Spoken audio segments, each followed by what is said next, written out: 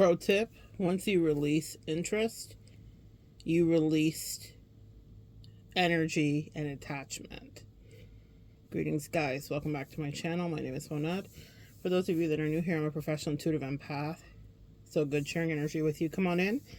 Thank you for inviting me in. I'm going to keep this one pretty short today. When you release interest, you release being attached to someone else's karmic debt. You release being attached to the weight that came along in that relationship, however it manifested. If there's any vampiric energy vampiric attachments or strings, you release those as well. You release the need to problem solve, to help someone figure out, to troubleshoot, to provide creative ideas, to help someone up level off the strength of your energy.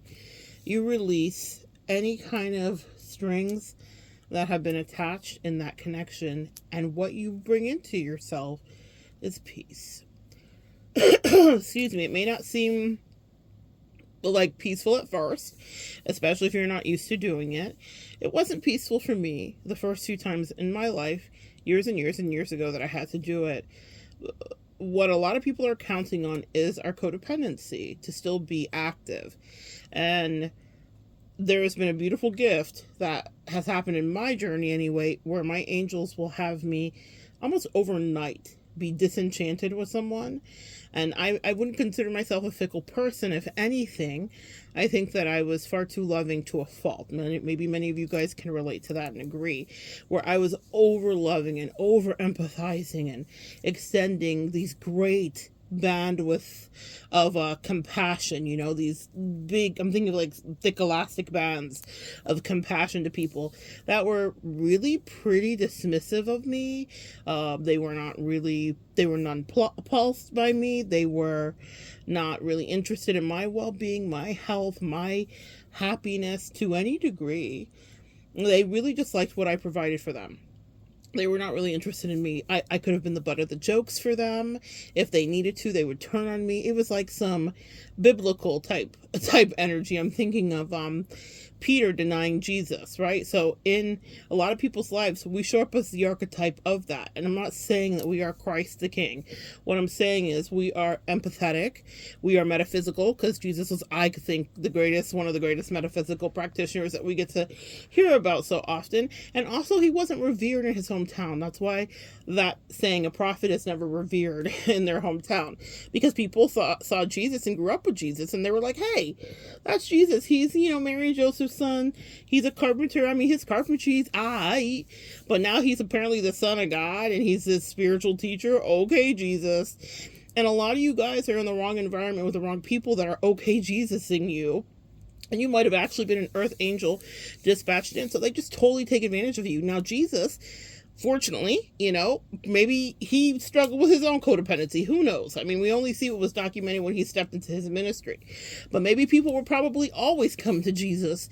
I mean, they talk about him being young and saying to his mom, I'm about my father's business, when he was trying to kind of minister when he was like 12 and doing things. And his mom's like, hey, but I need you to come do the chores or do this or do that. And he's like, yeah, but I got this other stuff to do. Many of you guys can relate.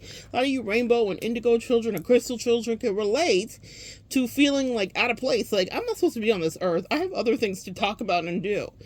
But what people will do is take advantage of that energy in you if you don't recognize it in you. So maybe Jesus was everybody's favorite friend to come talk to and be like, hey, Jesus, so I was playing with little Billy, and you took my ball, or you took my stick, and da-da-da-da, and Jesus is mediating.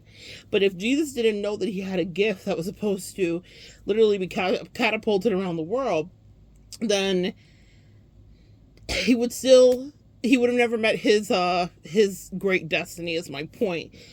Sometimes you have to divorce yourself from that codependency. Those moments where you practice with friends and family and you were the advice giver and this and that is definitely you honing your skills. I want you to think about it like sharpening the blade of a knife against a honing tool. You are getting smarter and sharper and better at your gifts, but it's because you have something to do with it. And also you cut through the quick. So when a knife gets sharp, we've all seen those like tutorials or those demonstrations where a knife is cutting through a tomato and it's not sharpen, it's almost like pulverizing the tomato instead of slicing. That's the way that our intuition does. We slice through things. A lot of people, because they haven't sharpened their intuition, pulverize things. You guys got that? And so people come to us because it's so much easier to have that knife. Almost, you could just lift the knife and drop it and it will slice right through it without seesawing motion and action and a lot of effort. And so when we're in people's lives, we're the sharpened knife, but that came at a cost to us. And that means that you need to use your tools and point them in the right direction. And you need to communicate with people who actually value what you're doing, whatever way you exchange your value or your time for value. And even in your friendships, obviously we're not sending a bill to our friends, but even in your friendships, is there reciprocity? Are they taking the advice you give them? Are they utilizing it to up level and change? I've mentioned before in life where I've seen people that have plugged into my energy and then taken it to catapult them to their next level. And I have no problem with that because I can see they are not all talk. If they say they're going after a thing or this is the desire of their heart, I secretly plug into them, right? Energetically, like a lot of us do. And I'm like, whatever you want is for you. It doesn't mean when I say secretly, I tell them that, but what they don't know, because we don't always go around announcing like Jesus did in his ministry fully, hey, I'm the earth angel that's here to help you. A lot of times we're actually sworn to a bit of secrecy. We just have to work with people quietly and hope that they get it. And sometimes they do and sometimes they don't. There's other people that I've plugged into and I've said, okay, here's the key. If you're connected to my energy, it's going to skyrocket, whatever you want to happen and bring into reality. And then they don't want to just take that energy, use it for good. They maybe are like, I want your energy completely, actually, or I want to take that key from you, or I want to diminish you and get you out of the paint and crucify you, quote unquote. That's why that archetype was there for us in the frame of Jesus. I want to crucify you and I want you to be gone and I want to gossip about you and talk about you and I'm going to become your Judas. There are two choices. Now here's the thing. You stay and stay for what you want and what you know you need to do. When I don't know why, it is Sunday, so I guess I'm channeling. Okay, Jesus, let's do this work. When Jesus handed that piece of bread when he said, take, eat, this is my body which is given to you, do this for the remembrance of me. It is said that he broke the bread and handed it to the person who he knew would be his Judas, who was his Judas. That was actually Judas. He broke bread first with Judas. He knew, because a lot of us empaths know who our betrayers are and who the people are, the energy vampires, and who are the people that are the siphoners and the snakes and the rats and the fakes, right? And sometimes we just have to let it play out, and they get to think they're playing in our face. Jesus knew the whole time Judas was not only going to be playing in his face, but that by the end of the night, Judas would be hanging with his entrails spilling out of his body because he couldn't stand to live with the guilt and the infamy of being the one who betrayed the only person who had ever shown him real friendship and kindness. Jesus allowed Judas to be over the money. Judas was obsessed with money. We empaths can sometimes see what someone's issue is and we try to up level them, but what do they say? Absolute power corrupts absolutely. Judas did a lot of accounting in the disciple group, right? If they're touring like a band, he was the one managing their funds so they could walk all over the land and teach and preach. And Jesus gave Judas access and he kept complaining. He wanted more and more. Pay attention to those vampires that are around you that want more and more from you or want you to give them more of whatever you do, whatever your magic. Jesus passed along his gift to his friends, his disciple homies, about healing. You can raise people from the dead too. He plugged into them. The secret that I have, I give it to you. You guys get it? That's why that archetype is so precious to me. While I grew up definitely rooted in Christianity, I've unlearned a lot of the indoctrination about you have to be in the church and we're giving to the building fund and all that other BS, and I find other folks to tithe to and other ways to preach, if you will, and teach, absolutely, but I don't do it with that dogmatic kind of indecency that I've seen up close and personal. But I understand the tenets of Christianity, and it's not what people think. It's not what the pious folks thought. Jesus would have and did flip the tables on their ass. He said, I want none of this. This is not what my Father's house is for you Pharisees to be selling and making and being in greed and having more and more. And a lot of you guys excuse me, have a lot of Pharisees around you. And when you disconnect your energy from the Pharisees, they can no longer feed off of you. Whatever your Pharisee is, it could have been a relationship, it could have been a friendship, it could have been a coworker, it could have been an employee or employer. But when you disconnect from people that do not want to do the work, but want to benefit from you, and also then want to maybe gossip about you, talk about you, laugh about you, for whatever reason, that's my kryptonite, and my angels they're like, we're watching what they're doing. And they'll show you to your face here, earth angels listening, you're Judas. And that doesn't mean that you have to reveal it. Jesus could have intercepted that whole thing, pulled Judas to the side and said, give me the silver out of your pocket. He could have pulled him to the side and interrupted it. But like the butterfly effect, things were already in motion and he had to let it play out. We hear about him praying on the Mount of Gethsemane, pass this cup before me. There are times in my life where I have prayed that prayer when I've been dealing with lower vibrational people and they were very near. And I thought, why is this test happening and unfolding? And it isn't until much later that I got the full story. But it didn't stop me from doing what was mirrored to me in the archetype of Jesus and praying, pass this cup before me. Now I understand why the cup had to happen, just like Jesus understood why that betrayal had to happen, why his friends had to deny him, why he had to be crucified. He had a mission. And not all of our missions are Jesus's missions, clearly. But you have your own personal mission as an earth angel and as someone who is recovering from your codependency. You have a mission to give in whatever way that you see fit. And sometimes you can't escape out of the darker parts of it, meaning the cup you want to pass before you. A lot of you guys, I'm sure, if you could have skipped the uncomfortableness of being in a connection or getting out of the connection or getting out of an abusive situation, for those of you that have escaped indescribable abuse, there are a lot of times where you're like, gosh, I wish I could have just passed the cup. But it had to play out for whatever reason because you learned things in your youth, in your middle life, in your older age that you could not have learned if you just simply turned the page and didn't feel that empathic rage and didn't feel that righteous, anger, and didn't feel the betrayal and the sting of someone you love so much treating your heart like it was a plaything. Yeah? When you disconnect later, when you learn these lessons and you disconnect, then not only do you get your blessings, but you also are no longer there for them to siphon from you. And that's the thing that I want to teach every client and every person listening, is that you have other work to do. And yes, you may have been Jesus at 12, figuratively speaking, being a good friend and teaching. But also you had your father's work to do or your mother's work to do. You had work to do, spiritual work to do that was outside of you. And you might have practiced and honed your skills and sharpen your blade against that tool of those people in your life. But it's not for you to always play the fool. In fact, quite the opposite. It's for you to see people coming a mile away and say, I know what you're trying to say, but I see what you can't see, which is a deeper realm of spirituality, and I don't explain it. I could have a bestie. I could have the best friend in the world. I could have the closest lover.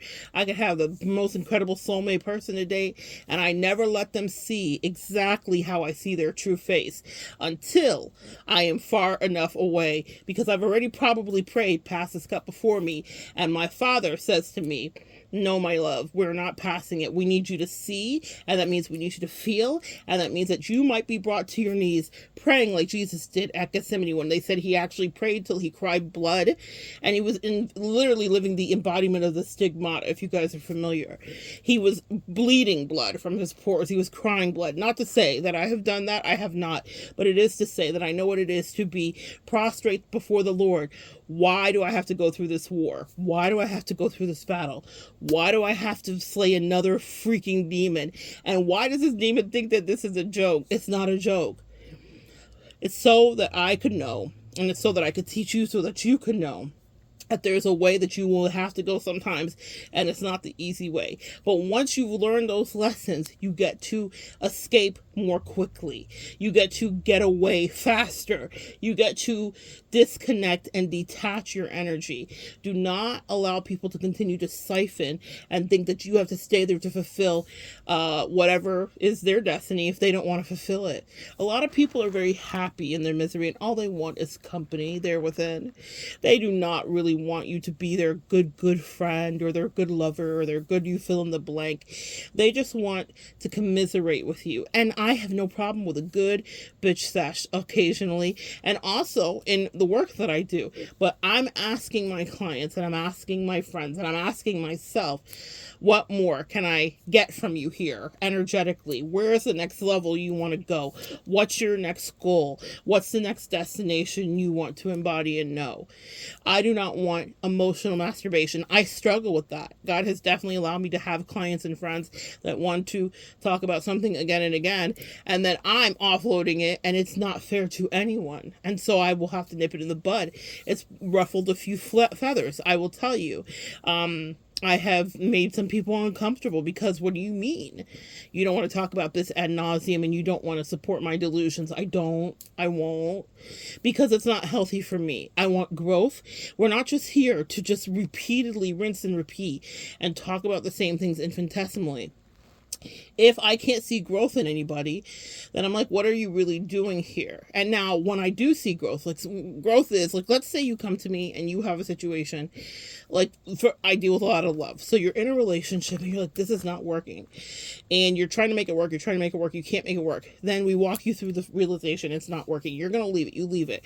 Then you start evolving through your spirituality. That happens a lot in the work that I do, where people are maybe identifying that there was someone who was very toxic to whatever level.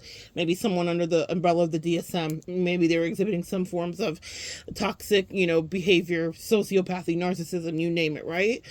And they extract themselves from that. Maybe they get themselves single. Maybe they get themselves into another relationship. But there are levels to that. That's not talking about the same thing over and over. Does that make sense? Talking about the same thing over and over. You guys know exactly what it is. The energy vampire that's your coworker that sidles up to you, that talks about her man, thank you to her man, but doesn't want to leave her man. It doesn't want to come up with a plan. It doesn't want to change. It doesn't want to evolve. It doesn't want any of that. She just wants you to chew your ear off for 2 hours a day, every single day, and you give her great advice. Maybe you're like, hey, he's abusive. Okay, here's a number to a shelter. He's abusive. Okay, save this much money a day so that you can escape. Like, you're walking her through, and we know that it's hard to leave abusive, physically abusive, and emotionally, mentally abusive relationships. So I'm not saying that's easy, but it is to say you can tell when someone has no intention of taking your advice and listening, really. So how much of your energy are you supposed to give to that person? Especially if they keep going back and forth. Does that make sense? I've had people come to me and say, I want to get from, I've lived with roommates all my life, and now I want to live on my own. But I watch them manifest and do the thing when I plug in and say, okay, if you want it, get ready, buckle up, buttercup, let's go to the next level, whatever that may be. I like to see growth in anybody's energy. That doesn't mean that each one of us don't have our own personal areas of stagnancy. But it is to say, if someone is using you to emotionally masturbate about that area of stagnancy, and they don't really want to grow or up level from it, then how much can you give? And that's why I say disconnect. And when you disconnect, and I don't know what has happened. For me, it's been like this disenchantment spell that happens where that's also another thing. I think I'm going to come on screen here later tonight. I'm going to have dinner, and then I'm going to come on screen and teach about this, which is when the spell is broken. So that's a little note I'm going to put to myself. But you can tell that someone's done spell work or wished on you or wished negatively on you. We all manifest from the space of oh, I like that person, I wish that we were closer, or I want to know them, or I want to date them, or I want to be their friend. That's very normal. Every single one of us do that. But when someone is wishing on you against your will, and it's not reciprocal, because that's normal, and that's how a lot of our friendships begin. You saw someone that was cool, and you're like, oh my god, I like them, or oh my god, he's cute, I like him, or oh my god, she's pretty, I like her, whatever. That's very normal, healthy human behavior. But when someone is got you as a friend, a lover, whatever, but then they start to become covetous of you, and then they start to in a very detrimental and dark-sided way, start wanting you to only be theirs, you may not even know it. But here's how I know, and it's not failed me for years and years, is how I feel when the spell breaks.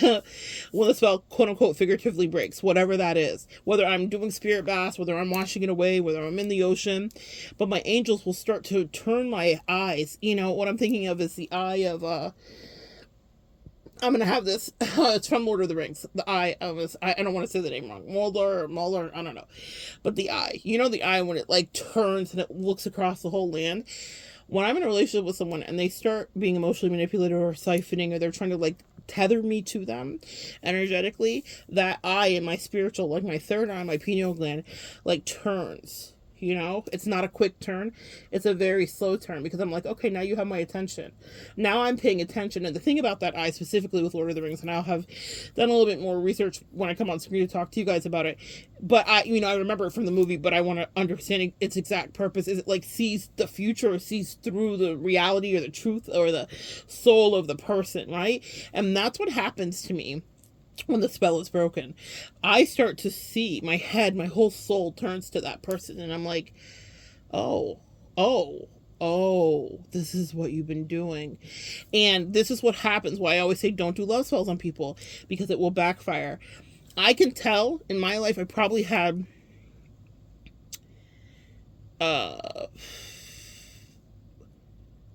would say 2 people. I would say maybe 3. There have been 3 people in my life that I could probably say that have done spell work on me like that. And I know because of the way that I'm disenchanted with them after, immediately, it's almost like an overnight thing. Like I could have been obsessed with them for a week, for 2 weeks, for a month, for years. One person clocked on some years, just like, this is my person, this is it. And when the spell broke, the way that I did not give a shit, that's why I say that disconnection and that disinterest is your ticket to peace. The way that I was like, why did I even like this person? Oh my God. I was so grateful for the release. I was so grateful to be away from them. And I didn't like them. I didn't want to spin the block. I didn't care. I didn't want to talk to them. And I knew that they had been doing energetic work on me. Even if they didn't like 27 candles or do this or do that, what they were wishing for was that I was toxically addicted to them. Does that make sense, guys? Like they wanted me to be obsessed with them. They wanted me to, and the way that your angels will flip it and reverse it, they wanted to have me be worried, or maybe in my head to whatever degree. And the angel said that will be their destiny now for the rest of eternity. Not to say that they'll just only sit and think about me and not date anybody else. That's not what happens. They obviously move on in their life. But it is to say that to a certain degree, for whatever reason, your wind song stays on their mind. Okay, real talk. They'll be thinking about you even when you don't want them to, which is like, I'm like, hey, is there any way we could like break that? Because I'm disgusted and repulsed and repelled, and that's what spell work will do. Where I'm like, not only am I not obsessively infatuated and lauding you, I'm disgusted, repelled, and find you to be repugnant energetically. I want nothing to do with you because you were trying to get to me and take me out of my free will so that I could be attached to you. A lot of people can get very obsessed with your energy as an earth angel because you do fix. Your knife is sharp. You don't pulverize, you slice through. And you're an incredible asset and tool.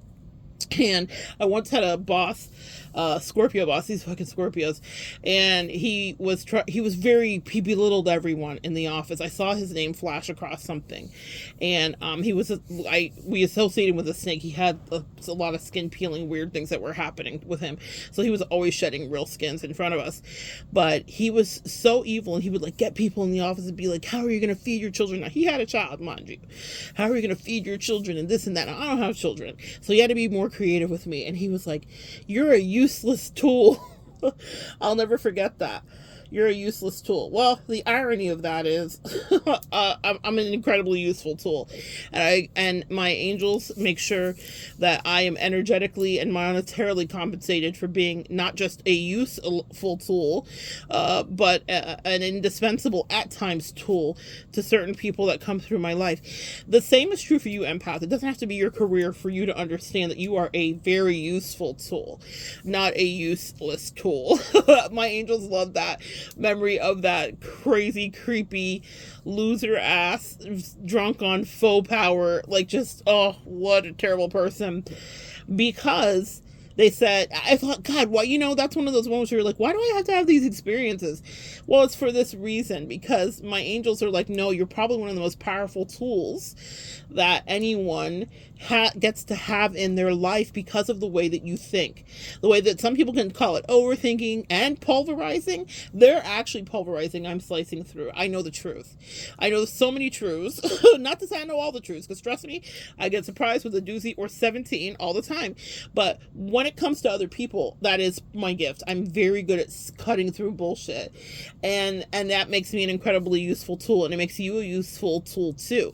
But don't just let people use you. You need to know that you are a useful tool. For many years, I allowed people to use me. I was hither to and fro. I had a friend that would say I would cover 50 county miles in a night, meaning I would be at this friend's house, and then this girlfriend's house, and at this person's house, and this lover's house, and da-da-da-da-da. And I would be helping everybody. I'd be going and cooking a dinner here. I'd be doing this. I'd be gifting that. I'd be buying this. I'd be fixing that. I'd be advising this. I'd be listening for hours on that. I'd be babysitting. I was a useless tool at that point because I didn't know my power. That boss would have been right at that time because I didn't know my power. But the truth is, when I learned my power, I learned, oh, life is better when I'm around for people. And I don't lord that over them. It's not like, oh, all hail the queen and you must bow, right? It's a thing in the zeitgeist now in our popular culture to call people queen and all that stuff. Certainly, yes. Am I in queen energy and empress energy? Do I know that? Yes. But that's not how I carry myself when I'm in someone's life. I'm just good to you, and then I expect you to treat me right. Your behavior is the indicator of what kind of life is going to unfold thereafter I'm in it, because I'm always on some fairy godmother mission type shit, and it's just a quick little visit through, depending on the duration and the reciprocity and respect from the likes of whomever is the used. Does that make sense? The same is true for you, empath and earth angel listening. It's not that everybody has to genuflect and kiss your ring, but it is the genuflect and the ring kiss is respect. It's reciprocity. It's kindness. It's not trying to siphon, earn, and then contain your energy. I talked about this in another video where my angels allowed me to soulmate date someone where I could see that their energy.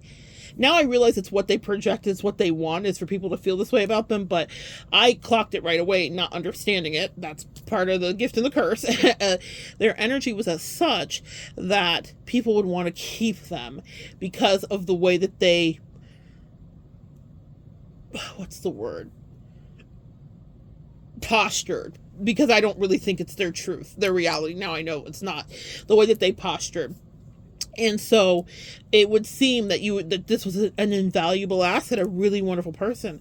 And my angel said, when you start to feel that, and I told this woman this, I said, if I ever start to feel this with you, it will be time to release you. And if I ever feel that, and that's exactly how it was. At the end of it, that wasn't the reason I released her. It wasn't because I was feeling like, oh my God, I just won't keep her forever. I was disgusted and turned off, and the spell was broken, if you will. However, when I did feel it in the beginning of the relationship, I started to loosen my grip because I was like, uh-oh, this is a territory they told you not to be in. See, that's how we think as earth angels. Other people are like, how can I get them addicted to me? How can I start playing mind games? How can I not call back or answer back? And you guys know what it is to date in the cesspool that's outside, okay? You know exactly what I'm talking about. How can I get you hooked? How can I triangulate you with other people? I love pure like a lot of you do. And that's why the respect that is deserved is what you give, and it is owed to you. And it's not that you are expecting people to genuflect and kiss the ring. It's that you're expecting them to do the humane thing, just like you would do for them. But you are not owed to them, and they do not deserve your energy or access to you if when they have access to you, that's how they want to do you.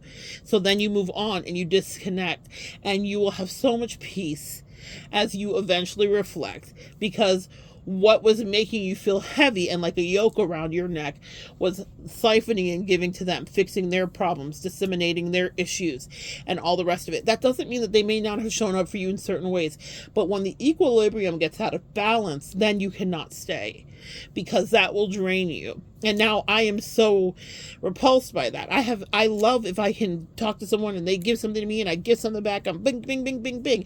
And as my mother taught me, you don't do for do. There's a lot of people that come into my life that I can just see, here's what you need. Here. bling, bling, bling, and it's free. I don't care, right? But if they're going to stay in my life, of course, then natural reciprocity will happen. They will have to hold space and be able to service me to some degree energetically. Not everybody that comes in your life is meant to do that. Sometimes you are dispatching out your good ass empath energy for free. Let's say you meet someone at a book club and then you give them some great advice about their marriage, and they're not supposed to be your best friend for life, but they are there and they needed you for that time. That's some free stuff you dispatch. But let's say they become your friend, then there needs to be something reciprocal happening. And if what's happening is they're trying to figure out the way you work so they can gossip about you at the next book club, then they don't get access to you. Who's in a book club here dealing with someone shady? Okay? They don't get access to you. Does that make sense? Also, sometimes people in those book clubs and these meeting things can meet people and develop the most incredible relationships, but that's because it's a reciprocal. So you guys disconnect and then you will be at ease because you're not having your energy siphon actually. And if someone is staying in your life, they need to be bringing something to the table reciprocally. They need to be showing up and giving you friendship or partnership or whatever ship as you need, and without it being some weird competition message. I don't know why that has been such a weird thing in my life, that people compete with me quietly because they know they can't compete with me outwardly, and it's not because I crush everybody, but it's because I'm actually competitive. And that's what some people don't know about me specifically, is you don't really want to compete with me. As soon as I find out people are competing, I'm like, oh, this is a game we're playing? Say less. Say less. I'll best you every time. You need to know what your strengths are. That just happens to be one of mine. But people do that with us empaths and earth angels, is they're intimidated. So they have to get on demon time. They have to get a gang of people. They're talking about you to everyone. They're being disrespectful. And they don't realize that you are the very person that was sent in as an archetype to show up and edify and raise the vibration of their life. They see you as some weird threat, and then they start windmilling and showing disrespect. And it isn't until they're Judas hanging from the tree, proverbially, of course, with their entrails spilling out before them on the floor, that they're like, oh, that was Jesus archetype that was sent in to help me. That was an empath and an earth angel. That was a light worker that was dispatched in to actually set me free, to help me see, oh my gosh, even when they were in my life, they were giving me everything, just like Judas had demanded. He wanted to be the accountant. He had to touch the money. I guess he finally got to touch the money. See, that's the thing. And message. And in closing, those things that people think that they're trying to take from you, that they're trying to siphon from you, they want your life, your identity, your whatever, right? They can never do it like you do. You are prolific in a certain kind of way. They wish they could be. You were the idea center. You were the factory. You were giving the good advice. You were helping set the captives free. Real talk. And so they can only copy you for so long before they are exhausted, because your sauce only extends so much when you're not present. And that's why I say disconnect. Because when you are not present, what happens is they actually have to dig into their warehouse and spread out those cobwebs and look through the back of the annals of the books in the library and see what they can see. But they were not equipped with your kind of creativity and with your problem solving skills. They haven't been honing their knife against ungrateful people for their whole life, so that it now sharpens and it slices through and not bludgeons and pulverizes in the ways that their knives are used to doing. They need you. They need you there. And the interesting thing is, whatever they're left with will be their absolute despair. And what I mean by that, just like Judas got the money finally, all that money that he was always like, Jesus, I want to be the accountant. I want to touch the money. Jesus, this is what we need to do. We only have this many pennies left. You're going to have to make a miracle, because you're going to have to turn that water into wine. We don't have enough money. Like, literally, Judas was in his ear all the time talking about money. Whatever that thing is that they want from you, whether it's your essence, your energy, whether it's your sexual prowess or vivacious energy for some of my Queen of Wands out there, whatever it is that they think that they're stealing from you, your creativity, your intellectual prowess, whatever kind of prowess you got, each one of us have a certain gift in a certain kind of way. Then they may get whatever they think they want, but what would they do with it? You know, when they say don't cast your pearls before swine, well, if they got your pearls, what are your pearls in the hands of a pig? It means nothing to them, because without you there to spin the magic yarn and to turn the thread into gold, how can the abundance ever take hold? It will be fleeting in their hands. And whatever empire or building they erected off of your energy when they were siphoning will quickly crumble, because you were the internal structure. So don't worry too much about that. We talk a lot about it. We're human, but what has God has shown me? What has God shown me? Wow. He flipped it and reversed it. What God has shown me is that it's a very hard life to sustain without the empath energy. So they may get what they think they want. If they're triangulating you, they may end up in the relationship they triangulated you with, but it will be for them a pile of manure, absolute shit. Meaning, it won't have the same deliciousness that it did when they were triangulating you, because they weren't really interested in investing in whoever they were triangulating you with. They just wanted to win against you. Let's say, like Judas, they wanted the money. Maybe they wanted the acclaim. Maybe they get it. Let's say they win the lottery. Let's say they hit a big ticket, but then people start coming after them. It gets stolen. It all goes away. It happens like that every single day for people that play in our face, guys. Let's say they wanted their freedom from you, and they were like, I just gotta be free. You're smothering me. Your love is too smothering to me. I say less. The universe will make sure that kind of love they will never see again as long as they live. They'll be looking for you literally in the daylight with a flashlight, because that's the only kind of love that an empath can give. And what they will run into is people that are reflections of them. So they will have their freedom. People will get what it is that they seek, because even as long as you're there, the wish will be granted just off of your energy fields, okay? But what happens when you disconnect, and that's why I say do it expeditiously, is that they will no longer get to benefit so juicily. It'll turn back into whatever their ability and their energy was able to conjure, which before you wasn't much, clearly. It doesn't mean that their lives were totally nonsense and they never had any successes. That's not to say that. It is to say that we have a certain kind of rocket juice and a certain kind of turbo excelling that we do with people.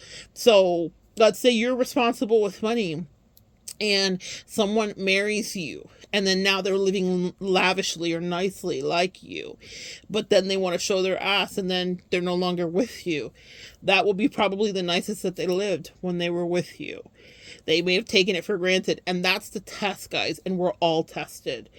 Will you take for granted what's put in front of you? Guys, we're tested too as Earth Angels. But what I find with my Earth Angel Collective, while we're not always right, and we don't always get it right, more often than not, we are genuinely grateful when we have a blessing in sight, when someone is blessing us, and when someone is treating us right. You know, I remember being very thankful to someone who was not treating me right. And I remember thanking her for the kindnesses, the small kindnesses. Oh, I just got a pain in my neck. She was literally a pain in my neck, for real. I remember being grateful for the small kindnesses that she did extend me while she was in my life. She was dispatched in to do a certain thing specifically, but she was playing all these reindeer games with me and playing games with me, and I was watching her the whole time like the eye, and my angels were watching too, and so were my ancestors, and they're like, man, we can't keep letting her, like, they were pissed at me. But see, that's the thing about our free will, guys. Until we choose to disconnect, they'll just allow it to be and be and be until they really step in with a tower moment and disconnect and sever the energy. But I remember, you know, sitting next to her and being like, thank you for whatever nice thing, or thank you for this, or this means so much to me. And I knew that she was breadcrumbing me. I knew that she was capable of far more, and that for people that were far less, she had given far more. But my angel said, we're allowing you to have this experiment because you signed up on Earth, you wanted to do it. If any of you guys study Dolores Cannon's work, we are dispatched in here, and sometimes we're dealing with all different vibrations of people that are at different levels of their ascension. And I understood what I was looking at and dealing with, but that didn't stop me from being grateful, even though what she was giving me were little crumbs of shit. I mean, y'all, can we just talk? What she was giving and how she was behaving was so impudent and unacceptable. But I still thanked her, and I meant it, because I knew that one day, quote unquote, my belly would be full, meaning God would make sure that someone would come in and would love and bless me and give to me freely and abundantly and juicily and gratefully. And so if I gave an offering, a sacrificial offering of thanks to someone who was treating me terribly and doing it willfully and happily and making me the butt of the joke, very much in Judas energy, but I thanked her for the small little crumbs of kindnesses, because I knew that someday I would feast. God will set a table before you in the presence of your enemies. I knew that someday she would reflect back on her purposeful, willful withholding and treatment of me when she was in her abject poverty and scarcity in whatever connections she found that mirrored what she was offering, because that's the best around. She will now get what she gave. But I knew that I was thankful every day for the small kindnesses that she decided to sprinkle and breadcrumb my way. That doesn't mean that I was like, oh yes, more breadcrumbs, please. I'm a queen, we feast, right? But sometimes it's feast or famine. And I was in a famine with someone who was capable of giving far more. Even if she couldn't eke out a feast and didn't have that in store, it could have been a proper high tea at the very least. But instead, she chose for her own future defeat, because when an earth angel was in her presence, she wanted to breadcrumb me. Some people have done that with you. Thank them, even if you're in the midst of something right now. If you're listening and you're going through a situation right now, be grateful. I want you to go to the person that might be abusing you, that might be mistreating you, that might be taking you for granted. And when I say abuse, I'm not talking about physically abuse. Don't go thank your abuser for hitting you, okay? Like, that's not what I'm saying, guys. Please, let's use common sense here. But her behavior was a level of abusive. It was triggering and it was abusive. It replicated other terrible things that I had been through with other people that had seen me, promised one thing, but then decided, well, society treats you a certain way. Why am I going to be different? And decided to give me less than what I deserved. And the angels said, don't worry. That's how they see their worth. And we will mirror that back to them in other connections. That's why you need to disconnect from them. Message. But the truth of the matter is, this person will pay for that over and over again. But what you did with your foresight, and instead of ruining it and enacting the butterfly effect, where I would have said to her, hey, don't do this now because in 2 years or in 3 years or in 6 months, I knew what was going to happen for her in the future, but I just said, thank you. Thank you. Not so much, please, can I have some more? But I said, oh, this is all you have for me? Excellent. Thank you. Thank you for what you've chosen to give. I hope that someday someone will choose to give to her too. But I imagine it will be begrudgingly and withholding and with lots of stipulations and mind games like she had for me. That's not about being petty, guys. It's just how the universe balances things. And I will not get to see. I asked to personally not see. I wanted full disconnection because of the way that that person so trifled with and drained my energy. I asked for complete cosmic protection, complete intergalactic spiritual protection. Guys, do not think. So when I say go think the person that may be playing in your face, I do that because I do have the sight to see what's going to be fucked up in their life in the future after they've played with me. And I know it will be a memory they click back into when they're like, damn, Monette was right in front of me. And she was literally lavishing me with her generosity, whatever that may be. It's not about financials. In that case, it was an emotional lavish, right? And they tried it. There have been a lot of spin blocks and people that have come back that have apologized. I really don't give a fuck after. Because here's the thing. Just like any test when you're in school, it matters what you do when you're sitting there with that number 2 pencil or that pen in your hand. There were so many opportunities for Judas to pivot and not sell out his main man. There were so many opportunities for Judas to be like, you know what, I can't. But Judas kept having little secret meetings, and he kept doing it. And he kept going back and thinking he wasn't going to be caught. But you know what caught him? His own conscience and his own guilt. He hung himself. No one killed Judas. His own conscience ate him alive, because he could not live on this earth and continue to reside knowing that he had unalived and had taken part in having someone crucified that was the only person that ever had his back and really was his only ride or die. He knew there was never going to be another soul on this earth that would care for him the way that Jesus of Nazareth did. And yet he sold him out for shekels like a silly kid. There are some silly kids in your life. That doesn't mean you have to keep feeding them. That doesn't mean you need to stay connected to them. That doesn't mean you owe them a damn thing. When they have the test in front of them, which is to treat you properly in the moment, if they do not fess up, if they're not honest, if they cannot live in their authenticity and they cannot own it, then that's okay. They will live in lack, because a lot of the relationships we offer empaths, you need to know this, are some of the most fulfilling that people will ever encounter in their life. Also, the best they ever had. I'm not just talking about sexual energy and prowess, so for some of you that may be true too.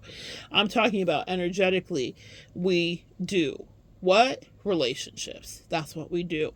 And so we see into people, intimacy, into me see, we do that. So we see people and we love them in spite of themselves.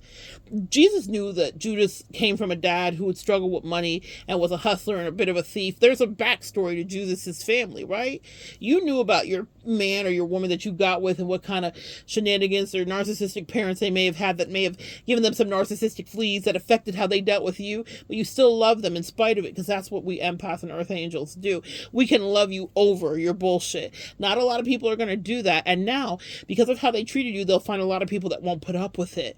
So they will always long for the embrace of you, the full, like I saw that person that was breadcrumbing me gleefully and immaturely and willfully, and thinking it was just such a joke, because in my energy, she was very abundant, so whatever she may have wanted or longed for was starting to magnetize to her because we plug in. I didn't tell her that. I mean, I told her, but I didn't really tell her. So she was really thinking, and that's a funny thing that happens. People think that your energy is there. So she was cloaked in my energy, and she was like, oh my God, this is always going to work. I'm just going to have magic. Everybody's attracted to me. This is so amazing. It was a test. How are you going to treat our earth angel when we're throwing things at you that you think that you want, but they're all temporary? And none of these people give a damn about you, and they're not really seeing into you, but you have someone who did for a minute, and then you behave like a kid. That's a thing that happens to people, is they get very comfortable in our energy. We hear it all the time. I was listening to someone do a story time. If I can find it, I'll link it below. But she was a stud, and she was talking about the one who got away. She was talking about love or something, and she was saying that she was in love with this girl. They met long distance, they talked on the phone, blah blah blah. They finally moved in together, they lived together, and then the girl saw her, picked her up one day for lunch or something, I don't know, and came and brought her. This is about Empress energy, so I don't lose my train of thought. Brought her lunch, but saw she was lunching with another girl at work. So she was like, oh my goodness, I don't really want you to lunch with the other girl. Well, the stud was in her feelings, her ego, and she was like, you're not going to tell me that I'm not going to lunch with another girl, blah, blah, blah, blah, blah. Now, what I loved about this talk, she's doing a mukbang in her car, but what I loved about this talk is that she said, I'd never seen her channel before, but this attracted me to it because I realized it was the Empress story and the karmics and the whole thing, the third party, divine masculine, all that stuff. She said, this woman had been being so good to me. She had been loving on me, but she was not, her words of affirmation weren't her love language like they were mine. And so I wanted to hear all the time that she loved me, but she did things for me. Like when I come home, she had my favorite food. She had this, she had that. And then she said I started to be really mean to her and tell her that she was behaving like my mother, and started projecting that energy on her. But it was really because I had gotten full of myself off of her energy. It was probably one of the most honest talks. As this woman, I don't imagine is some deep spiritual. She's wise. She does seem to be giving advice here through these mukbangs, but she was like, she had fed me, she had loved me, she had lavished me with her love. So it sounds like this woman was an earth angel and an empath. She had lavished me with her love. She convinced me into the relationship in the best way, and we were so happy, and I never felt so good and whatever. And she said I started to feel better, dress better, look better, and that meant I started to get attention from other people.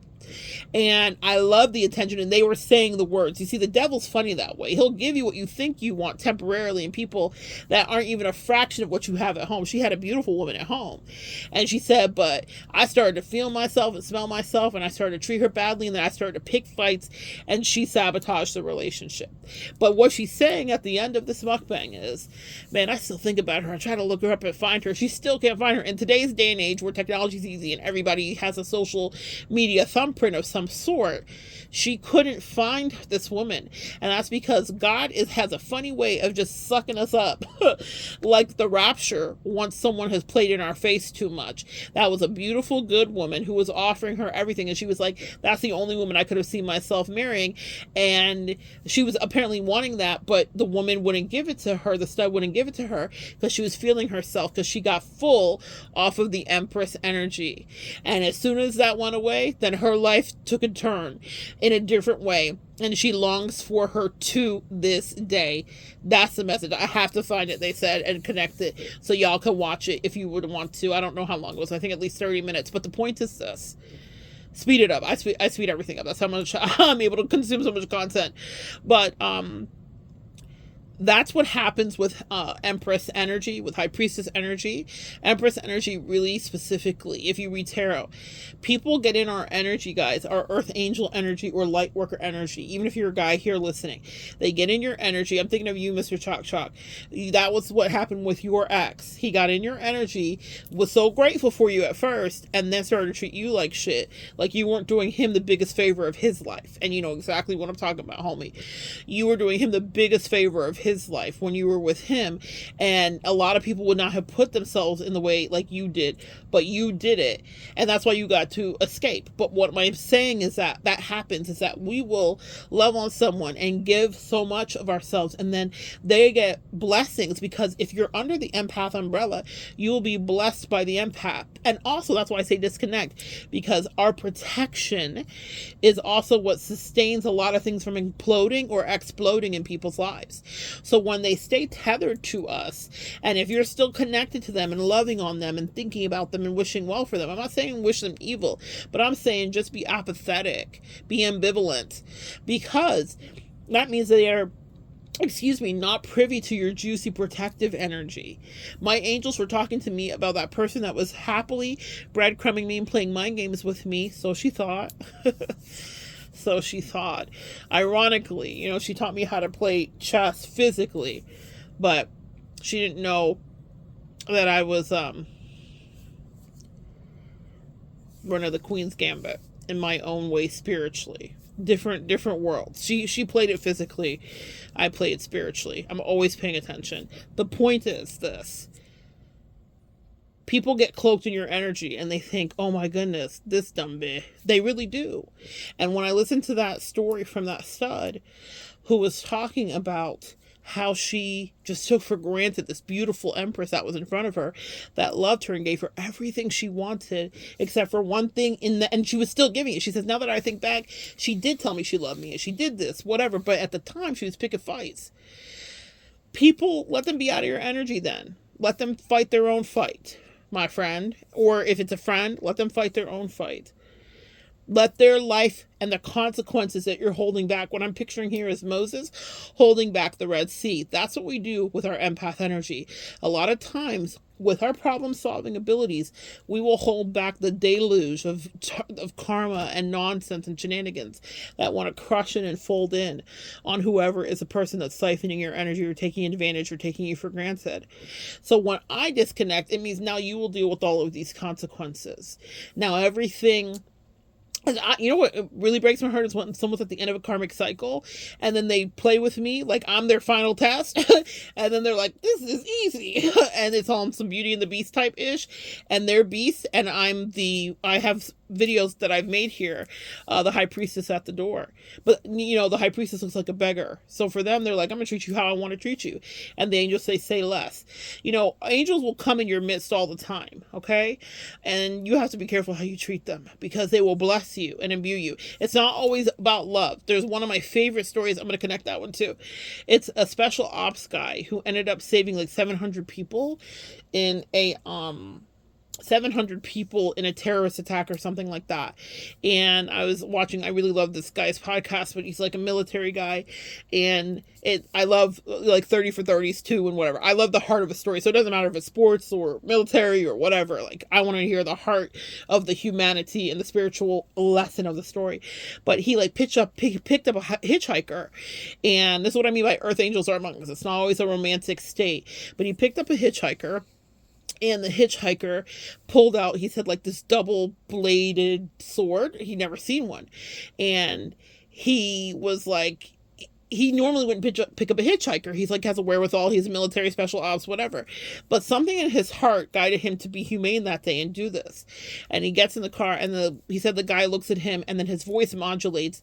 And he said, may something, the spirit of the angels, I don't know. He said something like, may this be with you. I don't want to like misquote him. But he was like, may you have a good day and be protection or whatever. And the guy said to him when he pulled out the blade, he's like, you're not going to kill me with that, are you? Like the guy driving, the special ops guy, is like, you're not going to kill me with that, are you? He's like, oh, no. It just makes me feel safe, whatever. What he had encountered, and he says it, this is a very right brain, linear thinking man. He says, I encountered an angel that day. He said, there's no other explanation. He said his voice changed when he said it to me. Then he got out the car. When I looked behind me, he was gone. And he said within the next few minutes, he ended up finding himself in the midst of literally rescuing and intercepting and saving 700 people from a terrorist attack. I don't even understand it all, but what I heard, the spiritual part and why I was drawn to that video that day, was that my angels wanted me to understand and say it to you guys, my earth angels that walk this earth, that do that at times, but you also have people do it for you. So be kind to who you encounter. Be kind to the homeless person.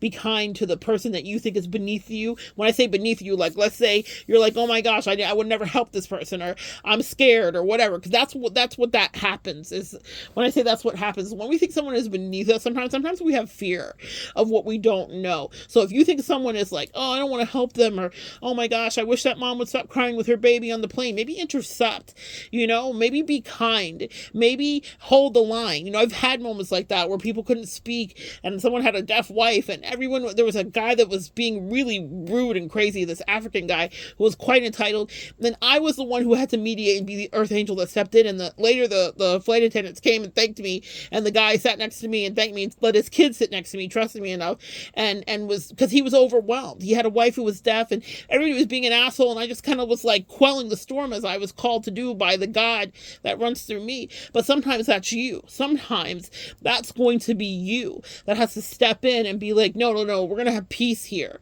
Even if it means standing out, even if it means people staring at you, even if it means people judging you. All I was feeling as an empath, as many of you guys do, his energetic emotion and high stress of trying to manage everything and having this guy screaming at him.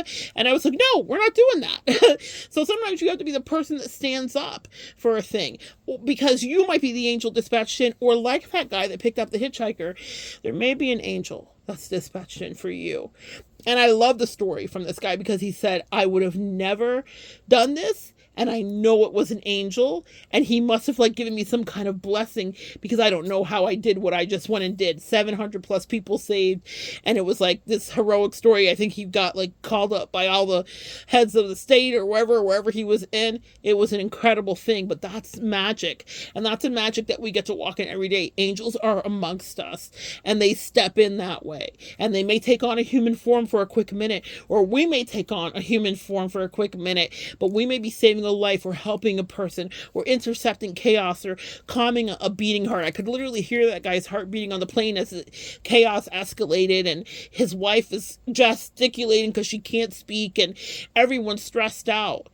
And all he wanted was just a minute of relief. Sometimes you get to be that relief. But you see, that was a person who was incredibly grateful for the work that I did. But there are people in your life that have access to you, and you're doing that in their life every day. Does that make sense? You're quelling the storm. You're making peace happen. You're giving someone strength to go fight a battle they never thought they could fight, like the special ops guy. Or you are intercepting, or an angel's intercepting you to give you strength to do something you never thought you could do. Be grateful in those moments. And sometimes the people that are around you the longest, like Jesus' homies and friends in the beginning, take you for granted. A prophet's never respected in their hometown. So if you are in your hometown, or your households become your hometown, or your friendships, or your loverships, or your soulmate ships have become a place where people are complacent with your energy, remove it. And then they'll see. And I don't say remove it so that they chase you. I've had clients say that to me. Well, if I leave, will they chase? I don't give a fuck. I'm not leaving and I'm not looking behind me to see if they're catching up. I am fed up, usually, if I step away, and I will never look back, not one single day. It doesn't matter how much my heart hurts, or how much I like that person, or what level of compatibility they had. If they disrespected me repeatedly, because usually it takes me a couple before, especially if they're grandfathered in with me, if they disrespected me repeatedly, then they need to be away from me. And they need to figure out what it's like to put the pieces of their life together without my sharpened blade and my mental acuity. And the same is true for you. Do not let people be complacent with you, then be disrespectful of you, and think that they can continue to use you. I had a situation where someone was incredulous because I put boundaries up because they were rude to me in a certain area after I had done nothing but be of service to them in that particular area. And they were pissed that I would not allow them to continue emotionally and masturbate with me about that same subject matter, because I realized that they were taking me for granted, that they wanted it for free, and that they wanted it hot to go and ready, meaning they wanted me to repeatedly rinse and repeat the situation they did not want to evolve from. They had no intention of leaving, and I was like, should I get off the pot? And you don't have to get off the pot. Stay if you want to stay, but you're not going to wear me out every day. And then she became really unhinged and was yelling and being mean and unkind, and then starting to target and attack and got into some real ass Karen energy with me. And I was like, oh, say, can you see by the dawn's early light that I will disappear and you'll never see me again, day or night. And now you figure this shit out by yourself for the rest of your life. And now I'm not Moses holding back the Red Sea of whatever karma or consequences or energy that I was really diligently holding back. Now you deal with all of it. Let it crush in on you like that water crushed in on the Pharisees because you were being a Pharisee. And now I have other work to do. And that's it. I would have stayed in the trenches with you, homie, but not for you to be disrespectful for me and think that you own me. No one owns you, empath. No one owns you, Earth Angel. Disconnect. Disconnect if there's disrespect. And turn your head and take a deep breath and walk into a new light. There will be new people that you will encounter on your road. New people that will hitchhike, that might need to be picked up proverbially. New people that might need you to give them the blade, the double-edged blade of heroic energy. New people that might need you to disseminate chaos on the plane or speak into their love life when they feel like they're going insane. New people that you might give a kind word to a mother on a park bench who's exasperated and maybe depressed and you don't know it, but you say something nice and you give her your Starbucks, or you give her a coupon for Starbucks and you say, girl, you need an extra pep in your step today. You are an Earth Angel in a certain kind of way. And sometimes it's the people that are strangers that will never in your face play. And that doesn't mean that there isn't a place for longevity and pureness in relationship that extends beyond the bounds of a quick interaction. But what it does mean is that if you are with someone who you've spent time with and you've invested into and they're taking you for granted, then a light and show them what that absence do. They'll get it and they'll learn from it. We are all spiritual teachers to one another to some degree. And even if you disappear, that you are teaching actually, and they will learn not only how to fend for themselves, but they will learn that your empath energy is not free. And the next time an Earth Angel's dispatched into their vicinity, they might think twice about being little greedy grubbies and taking and siphoning and thinking that it cost you nothing, because it cost something to give that kind of guidance and energy. So good sharing energy with you guys today. Come back and join me next time. We'll continue to evolve together.